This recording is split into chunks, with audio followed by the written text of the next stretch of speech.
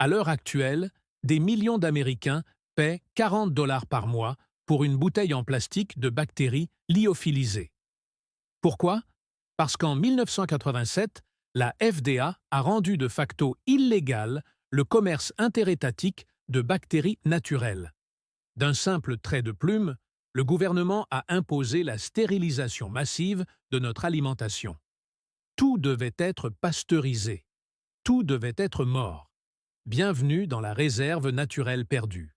Avant que la machine industrielle n'impose la stérilité à nos aliments, l'humanité prospérait grâce à un système de conservation si ancien qu'aucune civilisation ne l'a inventé. Il ne nécessitait ni électricité, ni réfrigération, ni produits chimiques. Juste un bocal, du sel, de l'eau et du temps. Les archives s'ouvrent dans une grotte du nord d'Israël. En 2018, des archéologues travaillant sur un site funéraire nufien ont découvert des résidus chimiques de céréales fermentées à l'intérieur de mortiers en pierre. De la bière brassée il y a 13 000 ans, non seulement pour le plaisir, mais aussi comme aliment de conservation. Les grains de céréales, trempés et laissés à fermenter, étaient transformés par des bactéries sauvages, en un aliment qui se conservait des semaines, alors que les grains frais se seraient gâtés en quelques jours. Ce n'était pas un hasard, mais une observation. Les humains ont constaté que les aliments immergés dans l'eau et privés d'oxygène ne pourrissaient pas. Ils devenaient plus stables, plus nutritifs et, d'une manière qu'ils ne comprendraient que 12 millénaires plus tard, plus vivants. En Suède mésolithique, il y a 9600 ans, sur le site de Noria Sunnans, des archéologues ont mis au jour des canaux souterrains aménagés, construits spécifiquement pour la fermentation du poisson. Ce n'était pas un hasard, mais une méthode. Les légions romaines traversant la Gaule et l'Afrique du Nord transportaient des barils de choux fermentés. Ce dernier ne se gâtait pas pendant le voyage et permettait de maintenir les armées en vie, alors que l'alternative était le scorbut et la discorde. Lorsque le capitaine James Cook quitta Plymouth en 1772 pour son deuxième voyage dans le Pacifique, il chargea 3567 kilos de choucroute dans la cale. Après 3 ans passés en mer à faire le tour de l'Antarctique et à traverser le Pacifique, il ne perdit aucun homme à cause du scorbut. La Royal Society lui décerna une médaille pour cet exploit. En Corée, 40 générations de familles ont perpétué sans interruption la même culture du kimchi. Les mêmes bactéries, les mêmes pots en argile se sont transmis de main en main à travers les siècles. Dans chaque culture, sur chaque continent, la même découverte a été diffusée indépendamment à travers des milliers d'années d'histoire humaine. Voici ce qu'ils ont tous appris. En créant les conditions optimales, immersion des légumes dans la saumure, exclusion de l'oxygène et temps de maturation, une famille spécifique de bactéries, les lactobacilles, prend le relais. Ces bactéries lactiques vivent naturellement à la surface de chaque feuille, de chaque grain, de chaque légume que vous avez déjà touché. Elles consomment les sucres naturels et produisent de l'acide lactique. Le pH diminue. Les agents pathogènes dangereux ne peuvent survivre. Et les aliments sont conservés non pas en éliminant tout, mais en sélectionnant précisément ce qui survit. Ni chaleur, ni produits chimiques, ni réfrigération. Les lactobacilles font le travail.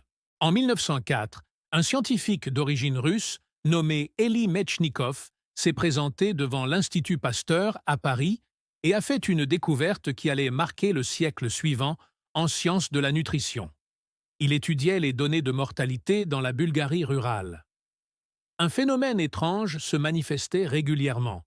Dans certains villages, les habitants, suivant un régime alimentaire traditionnel riche en produits laitiers fermentés, yaourts, kei et babeur, vivaient jusqu'à 87 ans. À une époque où la plupart des Européens mouraient avant 60 ans, Metnikov proposa une explication. L'intestin humain était un champ de bataille, et ces aliments vivants étaient en train de le remporter. Chaque pot de yaourt était un geste quotidien d'entretien biologique. En 1908, il reçut le prix Nobel de médecine. La science officielle le rejeta moins de 10 ans plus tard. Ces bactéries, affirmait-il, ne pouvaient survivre au système digestif humain. Il fut discrédité, ses recherches mises de côté et la fermentation thérapeutique abandonnée par la médecine pendant un demi-siècle. Puis, en juillet 2021, une équipe de l'université de Stanford publia un essai clinique qui changea la donne. 36 adultes en bonne santé participèrent à l'étude pendant 10 semaines. Un groupe suivit un régime riche en aliments fermentés. Yaourt, kéfir, kimchi, fromage blanc fermenté et boissons à base de saumure de légumes. 6 portions par jour. L'autre groupe a triplé sa consommation de fibres. Les résultats étaient, selon les mots du chercheur principal Justin Sonnenberg, stupéfiants. Le groupe consommant des aliments fermentés a présenté une diversité accrue du microbiome et une diminution de 19 marqueurs inflammatoires, dont l'interleukine 6, une protéine directement liée au diabète de type 2, à la polyarthrite rhumatoïde et au stress chronique. Chez tous les participants, sans exception. Dans le groupe à forte consommation de fibres, aucune augmentation de la diversité du microbiome, aucune diminution de l'inflammation. Leurs fibres non digérées traversaient le système digestif sans être métabolisées, car leur flore intestinale, appauvrie par l'alimentation industrielle, était devenue incapable de les assimiler. Elie Machnikov avait raison. Il avait tout simplement 114 ans d'avance. Alors, comment ce savoir a-t-il été effacé? Dans les années 1850, les villes américaines croissaient plus vite que leurs systèmes alimentaires ne pouvaient s'adapter. Les laiteries urbaines nourrissaient les vaches avec des déchets de céréales fermentées toxiques provenant des distilleries voisines. De la nourriture de piètre qualité, car bon marché. Les vaches étaient malades. Le lait était contaminé. Typhoïde, tuberculose, scarlatine. La mortalité infantile dans les bidonvilles urbains atteignait 20%. La solution aurait dû être la réforme des laiteries. Au lieu de cela, les industriels ont soutenu une campagne visant à résoudre le problème par la simple pasteurisation. La première loi de pasteurisation obligatoire a été adoptée à Chicago en 1909, à l'initiative d'hommes ayant des liens financiers directs avec Rockefeller, qui détenaient des parts dans le lait concentré Bordone, la Chicago Milkshed, Sheffield Farms et la division laitière d'Armour. Il s'agissait de procédés industriels centralisés. La pasteurisation nécessitait un équipement de stérilisation coûteux que seules les grandes exploitations pouvaient se permettre. Les petits agriculteurs, vendant directement aux familles, ne pouvaient s'y conformer et furent contraints de cesser leur activité. L'Illinois imposa la pasteurisation à l'échelle de l'État en 1909, suivi par New York en 1910. Le service de santé publique des États-Unis la recommanda à l'échelle nationale en 1912. Le 10 août 1987, la FDA publiait la réglementation finale, 21 CFR partie 1, 240.61, interdisant le commerce interétatique de tous les produits laitiers crus. La mention officielle indiquait « Le lait cru, même produit avec le plus grand soin, peut présenter un risque pour la santé ». L'alimentation américaine se retrouva alors dans un état de dénuement total et l'industrie des compléments alimentaires s'y engouffra. En 2024, le marché mondial des probiotiques était évalué à 72 milliards de dollars. Que vendent-ils? Des lactobacilles et des bifidobactéries, les mêmes organismes qui se développent naturellement dans un bocal de saumure, à ceci près qu'ils rencontrent un problème biologique qu'ils ne peuvent résoudre. Lorsque vous avalez une capsule probiotique, ces bactéries lyophilisées doivent survivre à l'acidité de votre estomac, à vos selles biliaires et à la concurrence de votre microbiote intestinal. Le nombre d'UFC, unités formant colonies, diminue entre l'usine et votre assiette. Une partie des bactéries meurt avant même d'atteindre votre intestin. Une cuillère à soupe de choucroute crue, correctement fermentée, contient environ 10 milliards d'UFC vivantes de lactobacilles. C'est l'équivalent d'un flacon entier du complément alimentaire le plus cher du marché, pour un coût dérisoire. Ces bactéries arrivent intégrées à une matrice alimentaire naturelle qui les protège de l'acidité gastrique, garantissant ainsi qu'un plus grand nombre d'entre elles parviennent vivantes à l'intestin.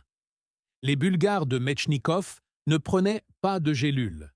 Ils consommaient quotidiennement des aliments vivants, assurant ainsi un maintien constant de leur flore intestinale sans abonnement mensuel. Un entretien quotidien. La même méthode d'entretien que toutes les cultures de la Terre pratiquent depuis 13 000 ans. Voici la recette exacte utilisée par votre grand-mère. Un chou. Pesez-le. Calculez 2% de son poids en sel. Ce dosage est essentiel, suffisamment pour inhiber les bactéries nocives, mais pas assez pour bloquer les lactobacilles. Émincez le chou. Massez le sel sur les feuilles jusqu'à ce qu'elles libèrent leur eau. Tassez-les bien dans un bocal en verre, en pressant jusqu'à ce que la saumure naturelle recouvre complètement les feuilles. Maintenez-les immergés. Laissez reposer à température ambiante pendant 3 à 4 semaines. Voilà, c'est tout. Pas besoin de ferment, ni de matériel. Les bactéries nécessaires sont déjà présentes à la surface des feuilles. Vous n'ajoutez rien. Vous sélectionnez, vous créez les conditions propices à la prolifération des lactobacilles, là où tout le reste ne peut pas se développer. Un chou coûte $1. Le sel ne coûte que quelques centimes. 3 semaines plus tard, vous avez plus de médicaments qu'une étagère de pharmacie. Le bocal dans la cave de votre grand-mère n'était pas primitif. C'était le fruit de 13 000 ans de perfectionnement humain, transporté à travers tous les océans, préservé à travers toutes les guerres, maintenu en vie malgré toutes les famines. Nous n'avons pas perdu ce savoir. On nous a simplement demandé de cesser de l'utiliser. Mais interdire à une culture vivante de se développer n'équivaut pas à la détruire. Les bactéries sont toujours présentes sur chaque feuille de chou, dans chaque cuisine, dans chaque bocal, prêt à être emballé. Vous n'avez pas besoin d'une industrie de 72 milliards. Vous n'avez pas besoin d'ordonnance. Vous n'avez besoin d'aucune autorisation. Il vous faut un chou, une poignée de sel et le souvenir de ce que votre grand-mère savait déjà. Si cette découverte vous a éclairé, abonnez-vous à Nature's Lost Vault et activez les notifications. Chaque j'aime et chaque partage contribuent à préserver ce qui a été tenté de remplacer. La prochaine découverte aura bientôt lieu.